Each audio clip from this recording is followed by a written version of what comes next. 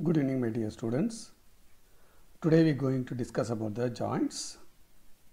A joint is a junction between the two or more bones or cartilages. It mainly permits the movement. It is a device to permit the movement. With the exception of the hyoid bone, every bone in the body is connected to forms a joint.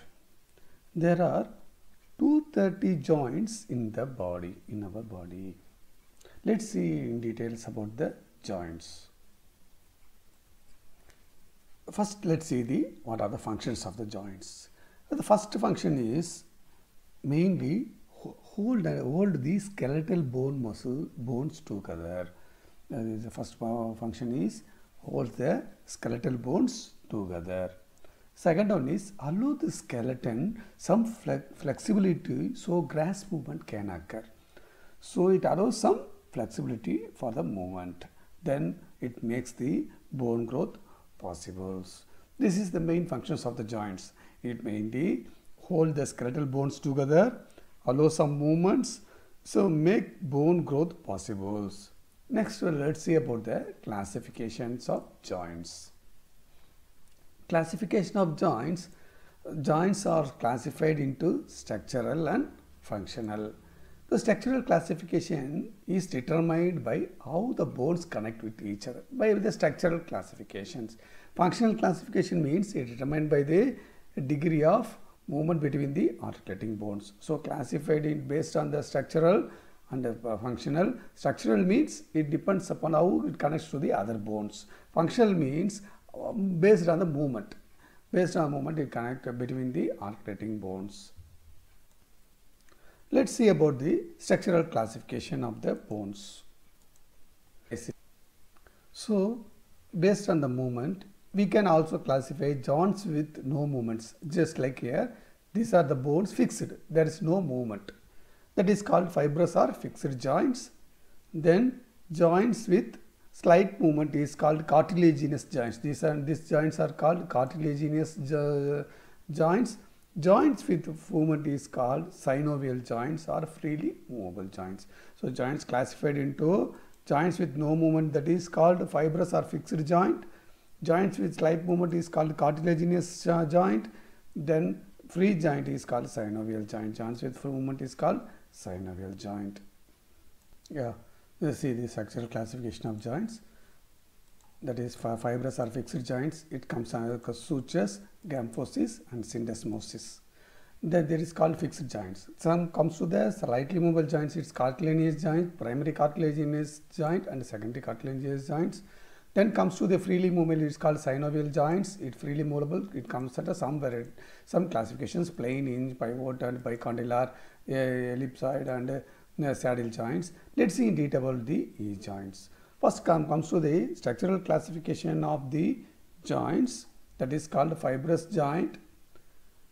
The fibrous joints, bones are joined by the fibrous tissue, connective tissue consisting mainly of collagen. These fibrous joints are further divided into three types. These are called fibrous joints. These further classified into three types. That is, one is called sutures. It is found between the bones of the skull. Then comes to the syndesmosis or joints, two adjacent bones. Here is a two adjacent bones. There is between the joints is called syndesmosis. These are adjacent bones joined together by the greater movement. Connective tissue done in sutures in the form of interosseous ligaments and membranes. This is a ligament joins the near two bone called syndesmosis. Now this is a fixed joint. So the next one is called gamphoses. It's in the tooth. This is a specialized fibrous joint restricted to the friction of the teeth in the alveolar saccades of the maxilla or mandible. So these are fixed joints. The first one is sutures, second one is syndesmosis, third one is gamphoses. These are the fixed joints or fibrous joints. Next comes to the cartilaginous joints. In this type, the joints bones are joined by the cartilages. There are two types of cartilaginous joints. One is already we seen primary cartilaginous joint and secondary cartilaginous joint. Let's see in detail about the primary cartilaginous joints. So primary cartilaginous joints is known as synchondrosis. Then the bones forming the joints are connected by the plate of hyaline cartilages. These joints are immovable and mostly temporary in nature. This cartilage may ossify with age. It usually is temporarily, especially maybe changes with the age. Example, in humans are the joints between the first rib and the manubrium of the sternum. This is the first rib and manubrium sternum joint is called the synchondrosis. The primary cartilaginous joints. So joints between the epiphysis and diaphysis of the growing bone, the secondary cartilaginous joints, symphysis. It is also known as symphysis. It is mainly the articular surfaces of the bone forming the joints covered by the thin plate of hyaline cartilages, which are connected by the disc of fibrocartilages. For example, vertebra, these are bone forming joints covered by the thin plates of hyaline cartilages. This is called symphysis. Example, symphysis pubis and the intervertebral disc. These are the secondary cartilaginous joints. So the manubriosternal joint, symphysis menti, these joints are example for the cartilaginous joints. Comes to the synovial joints. These joints possess a cavity and the articular end of the bones forming the joints are enclosed in a fibrous capsule. Here is a capsule. Both bones are not directly connected by some cavity filled with the fluid, fibrous or fluid. As a result, they are separated by the narrow cavity, articular cavity, which filled with the fluid called synovial fluid. This is called synovial joints. It mainly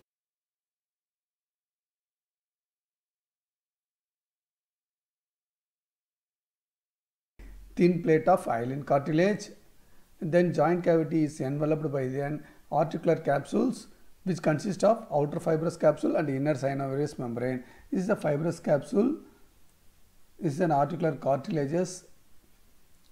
Then the cavity of the joint is lined everywhere by the synovial membrane except over the articular cartilages. It's fully, this is the synovial membrane. It's fully covered by the cavity except in the articular surface. Here the cavity of the joint then comes to the cavity filled with the synovial fluid secreted by the synovial membrane, which provides nutrition to the auricular cartilage and lubrication of articular surfaces.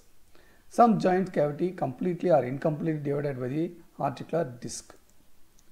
Next comes to the types of synovial joints: plain joint, hinge joint, a pivot joint, and condylar joint, and ellipsoid joint, then saddle joint and balance socket joint. Let's see in detail about these joints. Once again, we see the classification by these videos. It's the joints of the skull. Let's see this video. Sutures are non-moving joints that connect bones of the skull. These joints have serrated edges that lock together with fibers of connective tissue. The interlocking edges make sutures strong and fracture resistant. All skull joints are sutures, except for the joint connecting the mandible to the temporal bone, which is a movable synovial joint. So already we discussed the skull joints are non-movable joints. There is no movement. It is a fibrous joints. It is joined by the sutures. This is the skull bone. It is joined by the sutures. Then the only movable joint in the skull is mandible. This is the only movement joint. It comes under the synovial joints. So some other non-movable joint, fibrous joints comes under the teeth. It is otherwise we call gamphosis. Then mandible is the only movable joint. Here is next the maxilla. These are some immovable joints. Now comes to the other joints. The first rib, we already seen the synchondrosis. It's a fibrous joint. Then the sternum is also a non-fibrous joint.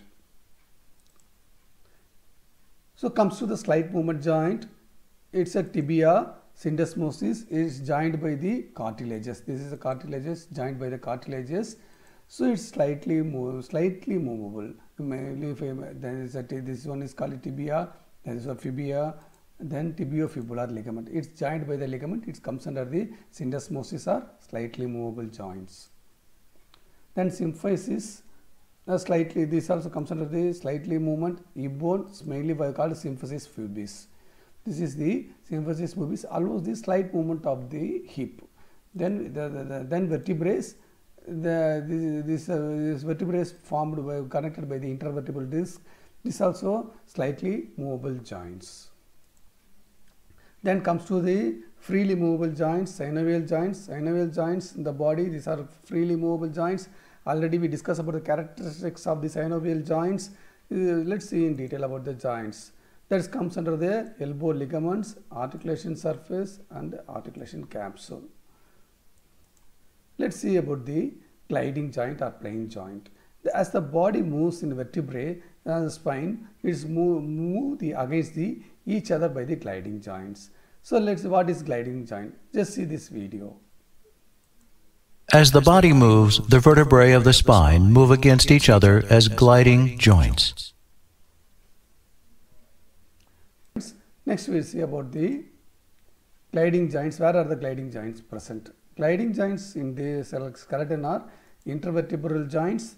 This allows the only slight movement. Then carpal joints. Carpal means it's in the hand. Here it says gliding joints. So then comes to the tarsal joints. Carpal, tarsal joints in the leg. So these are the gliding joints. Example for the gliding joints. Gliding joints only allow the slight movement on the both sides. Mainly intervertebral joints, carpal joints and the tarsal joints comes under the gliding joints. Next comes to the hinge joint. Hinge joint is freely movable. Hinge joints are like the elbow, move just only one axis. It is like the door. We can move the door only one side. Opposite side we can move. That's called hinge joints in movement. Mainly flexion and extension. Let's see this video. Hinge joints, like the elbow, move on just one axis. These joints allow for flexion and extension. Based on this only, based on this joint only, we move the neck left and right. Condyloid joints. The wrist joint is a condyloid joint that allows a circular motion, flexion and extension. Let's see this video. The wrist joint is a condyloid joint that allows for circular motion, flexion and extension. This mainly that is called saddle joint. There is mainly it's between the trapezium and first metacarpal. It is the trapezium bone. Then comes to the ball and socket joint. Already we know the ball and socket joints. Let's see this video. The ball and socket joint, found in the shoulder, is a freely moving joint that can rotate on any axis.